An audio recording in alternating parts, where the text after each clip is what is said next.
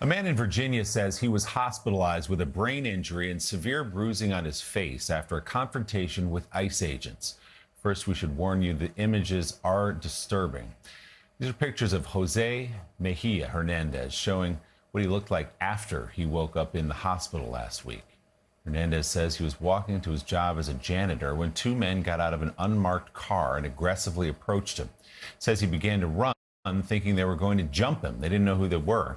The last thing he remembers is being tased in the back, he says, before he lost consciousness. MSNOW reporter David Noriega has been following this story. He spoke with Hernandez and his attorney about what happened. David, good morning. What'd you learn?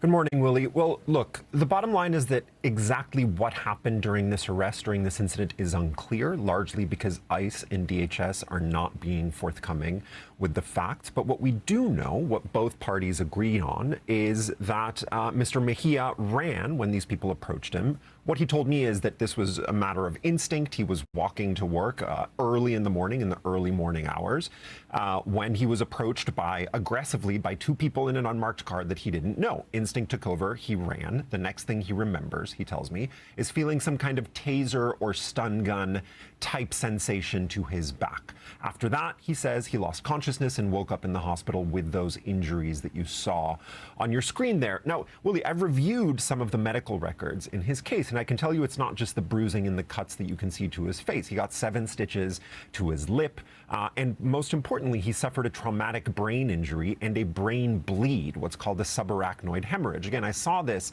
in the medical records. The reason this is important, Willie, is because both Mr. Mejía and his lawyer say that the extent and severity of the injuries that he sustained cannot really be accounted for by the one aspect of the incident that he remembers, which is being tased. It's possible he fell to the ground and sustained some of the injuries that way, but there seems to be more going on there. Now, back to the point that I made earlier, Willie, part of the reason we don't know exactly what happened here, and I've been trying to find out in the week or so since I found out about this incident, is that DHS is not telling us what happened. I reached out to them, a number of other reporters reached out to them. They are not acknowledging even the use of the taser. All they're saying is that Mr. Mejía fled and that they used quote unquote necessary force to effectuate his arrest.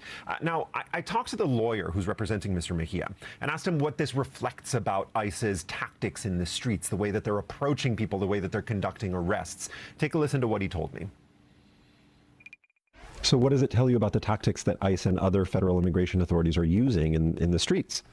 They're getting more and more aggressive, more blatant. And every time that we talk about this, it's getting a little worse. Every time that I get one of these cases, it seems like whoever's doing this knows, understands, or perhaps feels that there will be no consequences to them. The only way that you do this to another human being, and you are in law enforcement somehow, is if you feel that you have complete shield, complete immunity against anything that may happen to you. It's worth pointing out, Willie, of course, that in all of the, at this point, infamous, notorious instances in which ICE and Border Patrol agents have harmed people on the streets, including those in which they have shot and killed people in recent months, there hasn't been any kind of clear accountability for the agents involved, which is, of course, what that lawyer was referring to and how you get cases like this one. Now, that statement that I got from DHS, Willie, I just want to go back to it because it is, I've been covering immigration for more than 10 years, and I was trying to think about whether this kind of thing used to happen before Trump's second term. The short answer is no. And even an arrest, if someone did get injured during an arrest like this prior to Trump 2.0, we normally would have gotten some kind of attempt by DHS to explain what happened, to explain what kind of force was used, to explain why it was justified. Really no such attempt here, simply the explanation that quote unquote necessary force was used. The DHS also claims that Mejia's assertion that he lost consciousness during the arrest is false and that ICE agents attempted to administer aid. Last thing I'm going to note about this case, Willie, it is extremely unusual that Mr. Mejía was released after this arrest. We're in a moment right now where ICE is detaining absolutely everyone that they arrest for deportation. That includes sick people, pregnant people, elderly people, people with cancer. Nothing exempts you from being sent to a detention center in this moment, but Mr. Mejía was not detained. Why? I asked his lawyer that question. We can do nothing but speculate, but he says that the agents were worried that they had injured him so badly that if they kept him in custody, something worse potentially could have happened to him, including death, which of course would have counted as a death in custody for ICE, and that may have led to the decision to release him. Again, we don't know that for a fact. DHS did not answer my questions when I asked them why exactly he was released, against what has become agency policy in the last few months. And again, final point, just reiterating here, Willie, we are in a time where it's extremely difficult to get straight answers from DHS when this kind of thing happens, and this kind of thing is happening a lot more than it used to. A couple of quick questions for you, David. Number one, body cameras. Where are the body cams we were promised by Kristi Noem before she left after the deaths of Alex Preddy, the shooting deaths of Alex Preddy and Renee Good? Remember, that was one of the concessions Republican senators bragged about getting from DHS, where they're going to have body cams now. Where are the body cameras? And number two, did Mr. Mejía Hernandez have a criminal record? Remember, the pitch was we're going to get the worst of the worst out of this country. What about him? I'll start with the second first. He had one encounter with law enforcement in 2020 for an open container violation. So not nothing, but not what you would describe as a significant threat to American society.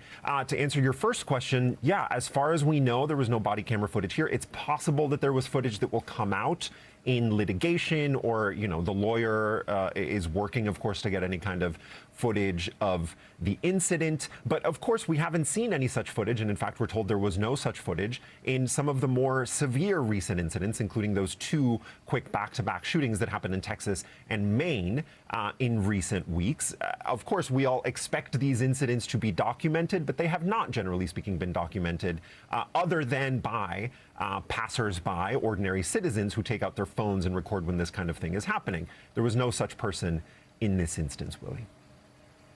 An open container violation 6 years ago. We will wait for more on this story. I know you'll be all over it. MSNOW reporter David Noriega. David, thanks so much. We appreciate it. Still ahead, an aircraft carrier could be named after Donald Trump instead of the planned hero from the attack on Pearl Harbor. We'll go through that reporting next on Morning Joe.